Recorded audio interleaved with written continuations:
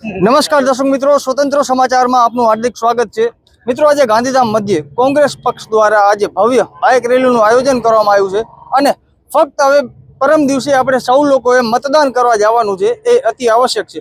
અત્યારે તમે જોઈ શકો છો કોંગ્રેસ પક્ષ તરફથી વિકે સાહેબ છે, યજુવેન્દ્રસિંહ છે અને ઉમેદવાર છે નીતેશભાઈ લાલણ, તે પણ આપણી સાથે છે। ખાસ કરીને કચ્છમાંથી તમને કેવો અત્યારે આવકાર મળી રહ્યો છે? મોરબી હોય, કચ્છ હોય, શું કહેશો?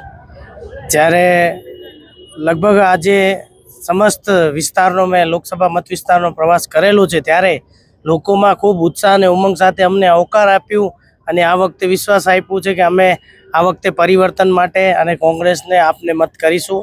અને જ્યારે આ ભારતીય જનતા પાર્ટીના લોકોને લોકો દોડાવીને ભગાવી રહ્યા છે, અનેક ગામડાઓમાં એમને પ્રવેશબંધી છે, કારણ કે કરેલા એમના ભ્રષ્ટાચાર એટલા છે કે જનતા અત્યારે ત્રાહિમામ પોકારી ગઈ છે। જ્યારે અમે જઈએ રહ્યા બધે વિસ્તાર, ત્યાં ઘણા લોકો તો એવી પણ ફરિયાદ કરે છે કે અમે તો 10 વર્ષ થયા કે સાંસદશ્રીને જોયા પણ નથી, એ છે કોણ અમને એ નથી ખબર।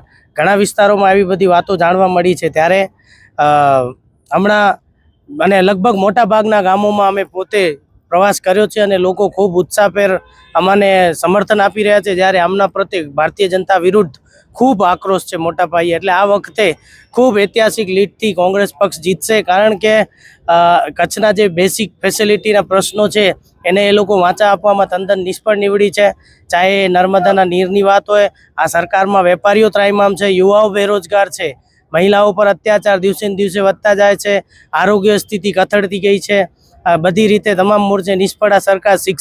શિક્ષણની વાતો મોટી કરે છે, પણ કેટલી બધી મોટી માત્રામાં શિક્ષકોની ઘટ છે, એટલે ઘણા બધા પ્રાણ પ્રશ્નો જાણવા મળ્યા। ક્યાંક રોડ રસ્તાઓની તકલીફો છે, તો ક્યાંક ડ્રેનેજની તકલીફો છે, એટલે તમામ રીતે અત્યારે જનતા ત્રાહિમામ પોકારી ગઈ છે અને અમને ભરોસો છે કે આ વખતે એમને જડબાતોડ જવાબ આપશે અને આમનો આ વખતે કચ્છ મોરબીની જનતા ઐતિહાસિક લીડથી કોંગ્રેસ પક્ષને વિજય કરશે।